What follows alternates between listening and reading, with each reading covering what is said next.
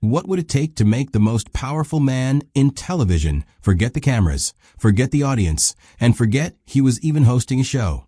Johnny Carson wasn't easy to impress. For more than 3 decades, he sat behind that desk and controlled every moment, every laugh, every pause. Thousands of famous faces came and went. Most played it safe. Most followed the script.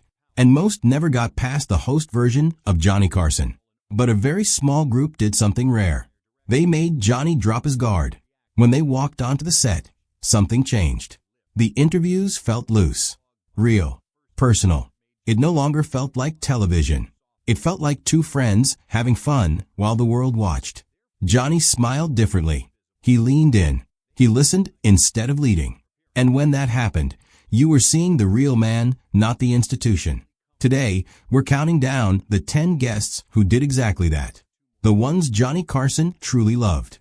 The ones who brought out sides of him most viewers never noticed. Some made him laugh like a regular guy. Some made him think.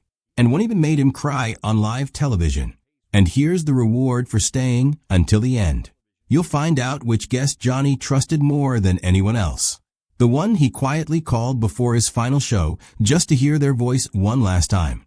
Let's begin with the man who broke Johnny Carson's heart in the most beautiful way. Jimmy Stewart was not flashy. He did not try to be funny. He did not try to impress anyone. And that is exactly why Johnny Carson loved him. Jimmy Stewart stood for things Johnny deeply respected. Honesty, kindness, humility. When he spoke, he searched for words. He paused. He stumbled a little. But every word was real. In a world full of polished Hollywood stars, Jimmy felt human. Johnny trusted that completely. One night, Jimmy came on the show to talk about something very personal. He spoke about his dog, who had recently passed away. Near the end of the interview, he quietly pulled out a piece of paper. It was a poem he had written himself. Johnny had no idea what was about to happen. As Jimmy began reading, the room changed. He talked about simple moments. Walks together. A dog taking up too much space on the bed. Coming home and feeling the silence. His voice shook, but he kept going. Halfway through, Johnny's eyes filled with tears. By the end, Johnny Carson was openly crying on live television. That moment became legendary because it was not planned. It was not acting. It was pure emotion. Johnny never forgot it. From that day on, Jimmy Stewart was treated differently. His segments were never rushed. Johnny would move breaks just to let him finish. Off camera, Johnny told his staff that this was what real television looked like. Years later, before Johnny's final show, he made a private phone call. Not to a producer, not to a network executive. He called Jimmy Stewart, just to thank him, just to hear his voice one more time. That was the level of trust Jimmy Stewart earned. Bob Newhart made Johnny Carson feel understood. They shared the same kind of humor. Quiet, dry, smart. No big gestures. No loud punchlines. Bob didn't rush his jokes. He let the silence do the work. Johnny loved that because he worked the same way. When Bob sat in that chair, the conversation flowed naturally. One line would lead into another. Johnny would step in at just the right moment. Bob would build on it. It felt smooth and effortless, even though it took real skill to pull off. Bob never tried to show off. Even after he became a huge television star, he stayed humble. He thanked Johnny every time. He treated the crew with respect. He learned names. He asked about families. Johnny noticed those things. He cared deeply about how guests treated the people who worked behind the scenes. When some of Bob's comedy caused a small backlash, Johnny defended him without hesitation. That loyalty meant everything. Over time, their bond grew beyond the show. They played golf together. They shared meals. Johnny rarely let people into his private life, but Bob was one of the few exceptions. With Bob Newhart, Johnny didn't have to perform. He could relax. He could trust the rhythm. It felt like 2 comedians speaking the same language. Don Rickles was the only man who could insult Johnny Carson to his face and get away with it. Rickles was an insult comic, but he was also very smart. He knew exactly where the line was, and Johnny trusted him enough to let him cross it. Don could joke about Johnny's career, his golf game, even his personal life. Anyone else would have been banned forever. Don Rickles was welcomed back again and again. Their trust became famous after one wild moment. While guest hosting, Rickles broke one of Johnny's personal items on the desk. Johnny later stormed onto another set during a taping and confronted him on camera. The audience thought it was real anger, but it wasn't. Johnny knew Don would turn it into comedy, and he did. That moment became legend because it showed pure trust. Rickles did not treat Johnny like a king. He treated him like a friend he could tease. Johnny loved that. He didn't want praise. He wanted honesty. Behind the jokes, Don Rickles had deep respect for Johnny, and Johnny knew it. That is why he let Don do what no one else ever could. He let him break all the rules. Burt Reynolds never came on the show to behave. He understood something most guests didn't. A talk show was not a place to be careful. It was a place to have fun. Burt showed up ready to play every single time. He surprised Johnny. He changed the flow of the interview. He brought jokes, props, and wild energy. Once, without warning, he smashed shaving cream straight into Johnny's face. The audience gasped. Johnny froze. Then he laughed harder than anyone. Johnny loved that moment because it was real. Burt caught him off guard. Very few people could do that. Burt had no ego. He was happy to be the joke. He could take hits just as well as he gave them. That mattered to Johnny. He tested guests that way. If you couldn't laugh at yourself, you didn't last. When Burt walked onto the set, Johnny's energy changed. He knew something unpredictable was coming. It wouldn't be boring. It wouldn't be safe. And that excitement is what Johnny lived for on live television. Rodney Dangerfield was Johnny Carson's safety net. Whenever a show felt slow or off, Rodney could fix it in seconds.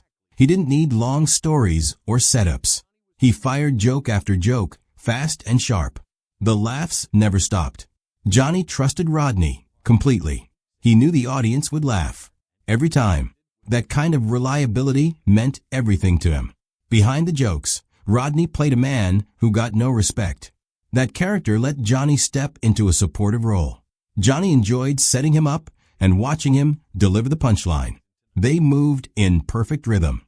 One spoke. The other slammed home. Johnny also saw something deeper in Rodney. A bit of pain. A bit of insecurity. Johnny leaned in during those moments. He laughed louder. He helped him shine. When Johnny cared about a guest, he protected them. Rodney was one of those people. Carol Burnett brought warmth wherever she went. The second she walked out, Johnny relaxed. He smiled more. He leaned back. He trusted her completely. Carol could change direction at any moment. She could joke, improvise, or turn the interview upside down. Johnny followed without fear. He knew she would never hurt the show. Off camera, Carol treated everyone with kindness. Crew members, pages, camera operators. Johnny noticed that. He believed how you treated people who couldn't help your career said everything about who you were. Johnny often let Carol stay longer than planned. He would cut other segments just to hear her finish a story. That almost never happened. With Carol, the friendship was obvious. It wasn't forced. It was real. James Garner never acted like a movie star. That's why Johnny felt comfortable with him. James told stories like a regular guy. No bragging. No pretending. He talked about mistakes, bad days, and things going wrong. Johnny loved that honesty. With James, the conversation didn't feel controlled. Johnny didn't need to push or fill silence. It flowed naturally, like two friends talking. James also treated the crew with respect. He remembered names. He asked questions. Johnny paid attention to that. It put James in a special category. When James Garner sat in that chair, Johnny wasn't hosting. He was just talking. George Burns made Johnny Carson listen. Johnny was the master of his set. He controlled everything. But when George Burns came out, Johnny leaned back and learned. George kept getting funnier as he got older. That amazed Johnny. Most comedians slowed down. George got sharper. Johnny rarely stayed quiet for long. But with George, he did. He let him talk. He didn't interrupt. He wanted to hear every word. During breaks, Johnny stayed engaged. He didn't reset. He didn't rush. He listened like a student hearing wisdom from a teacher. Johnny respected very few people that way. George Burns was one of them. Lucille Ball was television royalty to Johnny Carson. They both knew what it meant to carry a show week after week. The pressure, the responsibility, the constant demand to be great. Johnny treated Lucy differently. He gave her more time, more space, more control. He wanted her to feel safe. On one visit, Johnny surprised her with something from her past. It moved her deeply. The moment felt personal, not planned. Johnny admired Lucy's strength. She wasn't just funny. She was powerful. She built an empire in a world that didn't welcome women easily. Johnny respected that more than he ever said out loud. When Lucy spoke, Johnny listened. Orson Welles brought out Johnny Carson's curious side. When Orson appeared, the talk changed. They spoke about history, art, music, big ideas, things Johnny loved but rarely shared on his show. Johnny actually prepared for Orson. He read. He studied. That was rare. Orson pushed him to think. Orson also spoke openly about failure, about bad choices, about things that didn't work. No pretending, no polishing. Johnny valued that honesty. He later said those conversations stayed with him. They reminded him that television could be more than jokes and promotion.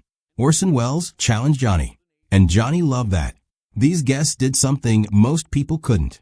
They made Johnny Carson forget the role he played every night. Each one brought out a different side of him.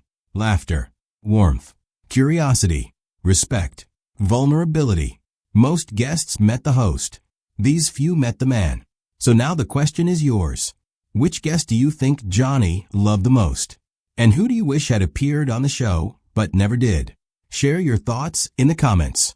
And if you enjoy stories from the golden age of television, don't forget to subscribe. These moments still matter.